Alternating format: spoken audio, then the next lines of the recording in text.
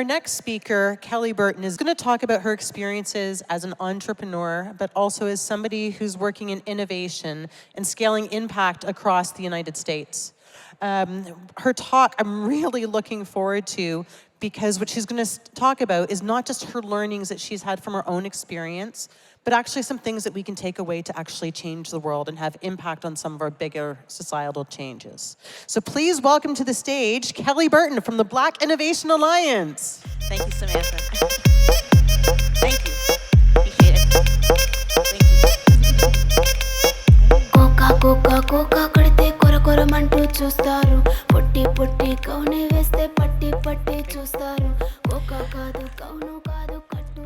It's January 2020, and I am in San Francisco participating in an accelerator program. At that time, I was running a company that I had founded that was giving me the blues because I just couldn't figure out how to get it to profitability. And I had decided that this accelerator program was going to be my final attempt at turning it around. I had had a little bit of downtime while in San Francisco, so I decided to reach out to a good friend of mine, Ania Williams. She was running a similar organization. Hers was nonprofit, mine's for-profit. Hers was Black and Brown founders, mine was founders of color. And we met 3 years prior and had kind of gone along in the journey together. So we caught up on all the things, family, industry gossip, but the conversation eventually went where it always goes. And that was how frickin' hard it was for us to run our organizations. We really didn't have markets to find support for Black entrepreneurs. Corporations weren't interested, foundations weren't interested, and the entrepreneurs that we were serving often didn't have the resources to fund the actual programming. This is a picture of Ania and I at that coffee shop in January 2020. We had often had a similar conversation with other friends and colleagues who were in the space and experiencing similar challenges. So we decided that we were going to bring them all together at South by Southwest, which is a US-based festival, and talk about the opportunity of creating some sort of collective front around our work. Now, I mentioned that this is happening in January 2020. South by Southwest is in March 2020. What happened in March 2020? COVID. South by Southwest was one of the first big events to cancel as we all began to hunker down for the impending pandemic. But that didn't stop this group. We convened about 18 ecosystem builders in the United States online. And in that initial conversation, we knew we had something, we just didn't know exactly what it was, so we continued the conversation, met every other week, and launched Black Innovation Alliance in June of 2020. So, shortly thereafter, Ania moved on to a different opportunity, and I became the CEO. So over the last 3 years, Black Innovation Alliance, nope, is that right? Okay. We've grown to a team of 30, from a team of volunteers to a team of 30. We've activated 24 distinct programs and initiatives with partners including Google, eBay, UBS, which is the largest wealth manager in the world. They manage about 70% of the billionaire wealth around the globe. Target, we launched a congressional caucus with the US Congress, and we recently launched a partnership with the White House. All in the span of just shy of 3 years. Actually, next week is our birthday. We're going to be in Miami bringing the whole community together to celebrate 3 years of Black Innovation Alliance. Yay, thank you. Really excited. So 3 years ago, about this time, I was staring down the failure of my company, the second in a row, the second venture that I could not figure out how to scale. I had a small, growing mountain of business debt and one profitable business on the side that was fueling it all. I was really frustrated. I didn't necessarily know what my next step would be. And then I look up, and 3 years later, I am leading an organization which is one of the fastest growing social impact organizations in the country. Needless to say, that has brought about a whole lot of introspection to say, okay, well, what is happening? What have I learned over the course of the last several years? The person who has always been trying to figure out how to scale a business, I finally get this opportunity and it comes out of nowhere and it's through the roof. What are the big takeaways and lessons learned? So in my talk today, I'm going to share, I think, 3 high-level kind of top-line takeaways from my experience over the last couple of years in scaling Black Innovation Alliance. Okay. So my first big takeaway is winding roads lead to interesting destinations. Winding roads lead to interesting destinations. This is me and Ryan Roslansky, who is the CEO of LinkedIn. He has this really fantastic podcast called The Path, which I suggest you check out. But during that conversation, I realized that my career has been all over the place. Is anybody else like that? Your career has just been all over the place. And you look up and you wonder, how the heck did I get here, right? I was never one of those kids who knew what they wanted to be, who grew up to be exactly what they thought they would be. This is me at about 7. Do you see it? I did, however, know I'd have this freakish gray streak. Do you see that? I was checking out the look even back then.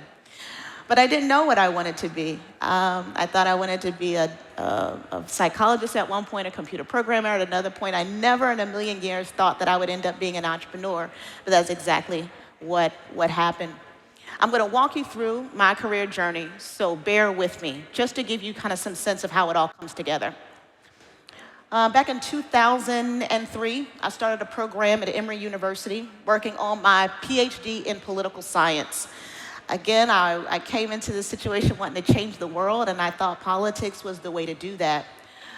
When it was time to graduate, the natural course when you're getting a PhD is to go on the tenure track and to get a tenure track position at a research university. I knew that was not my calling, and I'd had an opportunity to do some consulting while in graduate school. So when I left Emory, I started a consultancy called Nexus Research Group.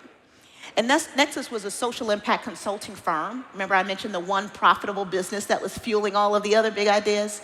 That was Nexus. We work with a lot of foundations, nonprofits, and government agencies to design and evaluate social impact work. This was really meaningful to me because I was able to bring forward a lot of the methodological training that I had received in graduate school to support communities on the ground, because that's one of the reasons I decided not to stay in university. I really wanted my work to have an impact and implications behind the ivory tower. Now, I'm trying to run NRG, but if you've ever run a consultancy or an agency, they are very, very difficult to scale because your clients want you. They don't want the folks that you hire, they want you, and you can only bill out your time but so much. So I said, well, let me try a different angle. Let me launch a product-based business. So if Spanx and Lululemon had a baby, that would be Bodyology. They are clothes that women wear every day that infused high-tech fabrics that kept you cool and dried fast and that sort of thing. I didn't realize, I was very naive, that running a product-based business is very different from a service-based business, because there are all these additional costs. So at the end of the day, I struggled to scale NRG because it was an agency. And then I struggled to scale Bodyology because I didn't have access to the capital relationship and the distribution channels that you need for that kind of business. So that essentially caused me to start Founders of Color, FOC. And that was a social enterprise dedicated to helping entrepreneurs of color to scale and grow their business. But if you remember the start of my talk, started in San Francisco at an accelerator program because 3 years into FOC, I still struggled to achieve scale. So the interesting thing is today, I lead a very entrepreneurial social impact organization. And that's interesting and key for me because I've been able to bring forward all of these competencies across my entrepreneurial journey as a social scientist that makes me very focused on validity and being data informed, as a consultant, as a small business owner, as a startup founder. And so today, BIA is a nonprofit, but it looks a lot more like a startup. And so that kind of brings me full circle. I cannot overemphasize enough it would have never occurred to me while having coffee with my friend that that would be the start of a brand new chapter. But that's exactly what it was. You never know, even in those mundane moments like this where you're connecting and meeting people, it could very well be the start to a brand new chapter in your life. So I would encourage you to embrace the journey because you never know where these winding roads actually lead. So my next big takeaway is this. Leading others begins with managing yourself. Leading others begins with managing yourself. 2022 was a phenomenal year for us at BIA. We grew tremendously, but it was also a really challenging year. And I don't know if you are familiar with the framework, organizational framework of forming, storming, norming, performing. We were definitely storming. I mean storming bad, because we had grown so quickly, but we had this skeletal staff. And it was up to me to build out the staff, because otherwise I felt we would struggle to actually activate the work. So we hired a dozen people at the top of 2022, and we had to let more than half of them go by the end of 2022. So I'm not an HR professional. I don't know a whole lot about vetting folks, but I am a social scientist, which often causes me to look for patterns and themes. And so there was one common denominator across all of those hires. Anybody want to guess what it is? One common denominator? Me. Me. I was the common denominator. Me and my chief of staff were the ones primarily responsible for hiring folks. And we were born a day apart. We are flaming Aries, which means in those interviews, we were looking for people who are mirroring back to us what we liked, what we appreciated in ourselves. We were looking for people who are really strong communicators. But oftentimes, people who are great communicators might not necessarily be able to execute and implement. So we really weren't looking for the right things. So I removed myself from the hiring process, and I leaned on our senior strategic advisor. And so at the top of this year, she has taken the lead on all of our hiring, and every single hire has been the right fit, the right fit. It's because she was not only driving the impact of this work and how great it is to be a part of BIA and all the social change we were trying to drive, she focused on how hard it was and making sure that they understood how challenging it would be and how they would need to show up in the work in the organization. So it's really, really important that in this work of leading that you be highly self-aware. I think we live in a society where we, based on social media, tend to be pretty self-conscious, concerned about what other people are thinking, but we really struggle to be self-aware, which is very clear on how we show up in the world. Self-awareness for me is key because you have to know your shadow, especially when you have a big personality. For me, my shadows are, I'm a recovering know-it-all. My mom is in the back. She can tell you I've been bossy from day one. And so you go into situations thinking you know everything. I'm a recovering control freak, which means if I don't see people doing it the way I think it needs to be done, I want to take it back. And these are all things that I need to understand about myself. Otherwise, it's very possible for me to inflict harm on the people who I lead. Number 2 is mindfulness. When I think about the distinction between self-awareness and mindfulness, self-awareness is knowing what to watch for in terms of your shadow. Mindfulness is actually watching for it. So being in that meeting and someone asks a question and everyone is looking to you to answer it, when you know good and well that the folks on the team can answer the question that you don't need to insert yourself. And mindfulness is noticing that in the moment and being quiet and letting folks figure it out. And last, being receptive to feedback. I have an amazing team, and I like to believe that there is a two-way communication. And I had a team member, we were going over her scope, and she said to me, Kelly, I know you are working really hard to build this loving, generative culture, but sometimes the things that you do actually work in opposition to that. And man, that was like a gut punch because I knew it was true. I knew it was true. She was speaking specifically to our high levels of attrition. So I don't know if any of you are on Slack, but when At our organization, when people leave, everyone knows because they have exited Slack. There's a notification that says, this person has exited Slack. So I never formally communicated that people were leaving. People were just dropping off. It was like a bad reality show. And I was coming across as kind of like, off with their heads. And everybody lived in a state of fear because no one knew who was next. That wasn't something I was intentionally creating, but it's something I had to take responsibility for because it was absolutely true. Next, you need to build for sustainability, which often means writing yourself out of the story. Now, that might seem really counterintuitive for a person who her entire career has been trying to figure out scale. That has been my Moby Dick.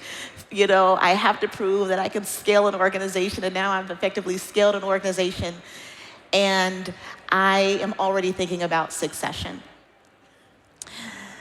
This is me at a recent program that I was a part of at Harvard University, and they challenged us to bring one thing that we wanted to work on. And I had a lot of challenges in BIA, but it took me a while to get to that existential challenge, right? That one big challenge. And then I said, you know what? I know what it is. I need to build an organization that can live on without me. I need to build an organization that has a solid foundation. Because as a nonprofit and consultant for a long time, I worked with a number of organizations that have what we call founder syndrome, which means that the founder is the center of gravity. And as soon as that founder is gone, the organization or the company comes completely undone.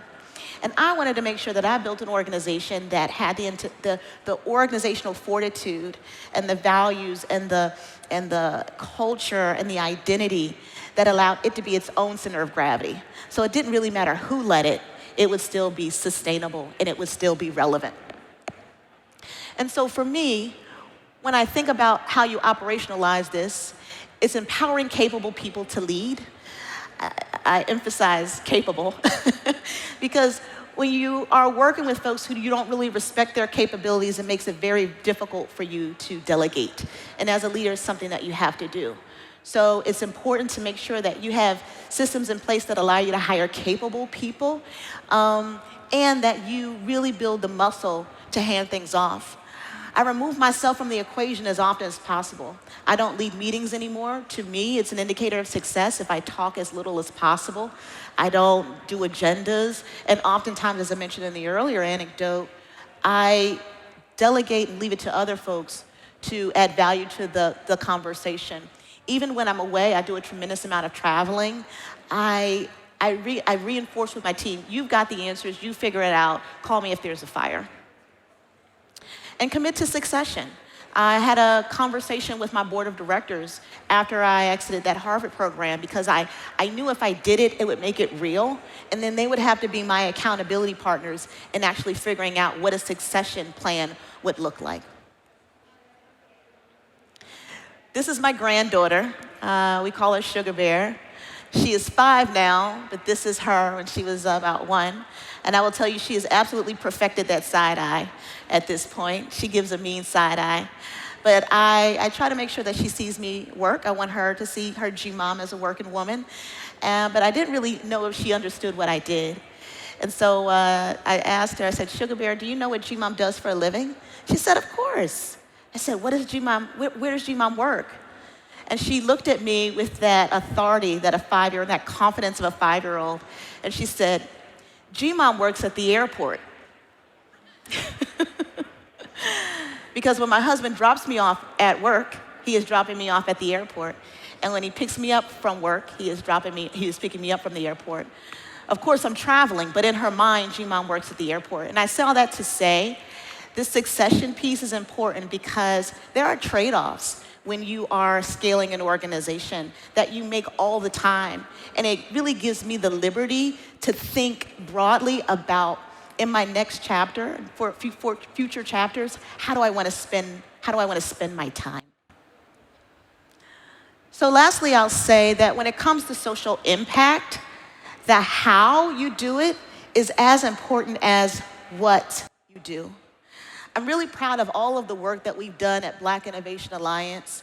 As I mentioned, partnering with government, having conversations with folks around the world about how we center conversations around Black innovation and Black tech representation and the like. But I'm even more proud of how we've done it. I'm even more proud when we survey our members who are ecosystem leaders across the country and they give us a 9 out of 10. I'm really proud when I talk to my funder and my funder says, Kelly, I love working with your team. You all are conduits of joy.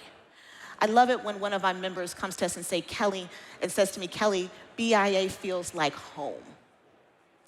And so as we move forward, because there's so much good social impact work to do, it's important for us to remember how can we create new values, new ways of being, new shared agreements so that we can really model what we want to achieve and carry forward in this world.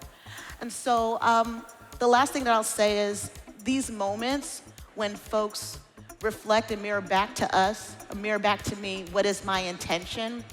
It really reminds me that this bouncing back and forth, this really hectic and chaotic professional life and career has not been for nothing. It's been for a purpose, and I am living in my purpose and leading in ways that only I can. And that is my prayer and my wish for all of you. Thank you.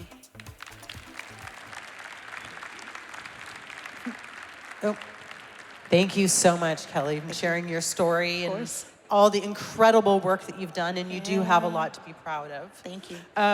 I want to open it up to questions, and we do have some microphones for anybody who has some questions. But one question I do have for you is, what do you see are some of the biggest challenges that we're facing? Yeah. And based off of the 3 principles that you've shared, how do you think we, and I'm going to say specifically, us in the audience, can learn from that to take a call to action? Yeah, I think there are so many challenges, but one existential threat for us at Black Innovation Alliance is we are living in a highly integrated society. It looks different in Europe than it looks in the United States, but I think if we thought 100 years ago, most communities were very homogenous, and you live next to people who look like you, who had the same rituals and same beliefs and practices, and that's not the case today. And so we really need to build a muscle for being in community with one another, having empathy for others, and having patience to understand where other people are coming from. I just want to do a quick check to see if there's any questions out there before I dive into my next question. As an individual, you've had an amazing career, and you've invested a lot in your own personal growth. Yes. And you've seen a change, and I used the quote to start off with around be the change that you want to see in the world, which is what you've done, but it's not easy. No. And I think a lot of times we all have ideas around things that we want to do differently. Yes. But we either don't take action or we don't know how to take action. What advice would you have for somebody in this audience who might, well, we all know what the changes we want to see in the world, so what advice do you have for the people here so they can be the change that they want to see? I would say put yourself in spaces with people who are modeling what you want to see in yourself, because it's very contagious when you're around other people who are living their purpose and living their dreams and going out every single day and going at it. If you're trying to motivate yourself in isolation, that can be very challenging because it's almost like you're reinforcing your own energy. So connect with other people who are doing what you want to do and be in space with them, and I promise you it'll be the jolt that you need. Thank you. So we've got a question over here. Perfect. Oh, thank you. Over to Pascal. Hi, Pascal. Hi. So on one of your slides, there was you talked about capable leaders. Yes. If I remember correctly. So that just for me the question is behind that. Quite often today, we're finding ourselves within structures where leadership is like just because of the structure limited to seemingly few heads on top of the pyramid, right? But then you know that if it comes to execution of things, that suddenly all over the place there's people probably being capable leaders, but they're limited because of the structures. What do you think, or what's your take on that? How can we overcome these structures and enable those people to really become, like in certain situations, leaders? Yeah, I think that's a great question. My recommendation would be to seek out organizations that really prioritize an entrepreneurial mindset because they're going to be the organizations that give folks, even at an entry level, an opportunity to lead. At startup organizations, the reason why you see a lot of folks who are fulfilled in startup organizations is because it's very hard, but it gives people an opportunity to build muscles across a lot of different areas. And if you're willing to put in the work, if you're willing to apply the effort and listen and learn and grow and iterate, it could be a very healthy environment and climate for a person who wants to lead in their career. It's very hard I work with a lot of corporate partners and the like. It's very hard as an entry-level person or a middle manager to change and update that structure and get them to see you. I'd say take the agency upon yourself to seek out organizations that do a good job of kind of building and getting people to rise through the ranks, because that's probably, if you're kind of a hardwired leader, that's where you're going to find the most happiness and self-fulfillment. Thank you. Thanks. So you mentioned, oh, we've got a question back there.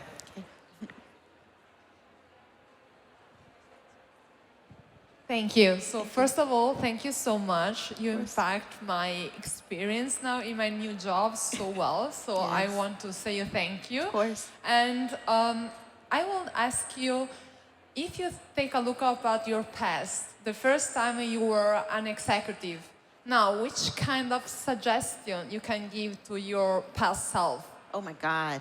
Thank you. Oh, that's such a good question. What I would tell to my past self is it's not that deep. It's just not that deep. So often when you are running your own organization, you have these hardwired assumptions or deadlines or milestones in your head. That's the only place that they're real. Unless you have a board of advisors that you've shared it with, or like it's something that you've been external facing with. But I took it so hard. And when as I mentioned, this is the fourth venture that I've led, a product-based business, a service-based business, a social enterprise, and now a nonprofit. And this is the first time that I've seen significant success. Failure, you've got to kind of build a muscle for it. Because if you're going to be ambitious, if you're going to be on the tip of the spear, on the cutting edge, failure is inevitable. So I would have told myself, it ain't that deep, and just kind of breathe through it, build a muscle for failure, it'll be fine. I really like that you were just sharing there around that, which there's two things in it. First of all, that you've had some failures along the way, and you have to stumble. A lot of times you look at the successes and we don't realize how much somebody has failed, and that's okay. 100%. It's almost necessary. Yeah, but I was going to say, what's really fascinating for me is I know a lot of people who've been very successful on the product side, but not as successful when it's come to them trying to drive a not-for-profit organization or a purpose-based organization. Yes. So what do you think has shifted for you in your leadership to be at this moment where you're getting, I'm going to say, the traction that you are and having the big impact? That's an excellent question. You know, it's interesting. People think social impact work is easy. When you say, oh, I've got a 7-figure social impact organization, they're like, oh, that's because it's a nonprofit. I'm like, it's one thing to have a product where people are able to take away a very tangible return on investment. It's another thing to sell a person on an idea of a better world. I've been on both sides. It ain't easy. But I would say what has been powerful for us is the zeitgeist of the moment. I refer to COVID, but also in the midst of racial uprising, we came together and formed this. And so BIA was emerging at the same time. There are a lot of folks who were wanting to support Black entrepreneurs. So it was the zeitgeist of the moment and really kind of speaking to what folks wanted to see and inspiring people. So you mentioned the zeitgeist of the moment, but also I can imagine there's been many points during your life where maybe you've had similar ideas or thoughts. Yes. And you had that coffee with your friend. Yes. But what was the real trigger, or how did that moment of change happen for you? Yeah. You know, it was an idea whose time had come. And so much for me in my life, I've been like rolling the boulder uphill or swimming upstream. And part of it is like getting in the flow. And I feel like this stage of my career, I'm very much in the flow of things, of what's happening within broader society, the work that we're doing, people wanting to come together, people wanting to work together, organizations wanting to support this work. Sometimes it's timing and it sucks to hear it. But in the midst of that, similar to my story, you can build the competencies that when the timing and opportunity presents itself, you're ready to go. And as you said, sometimes the path, you don't know where it's going to lead. That's right. But it can lead to beautiful things. So thank you for being Let me here with be us here with today. Exactly. I love that you got to be here with us. Yes, Thank you for sharing your story. Thank you so much.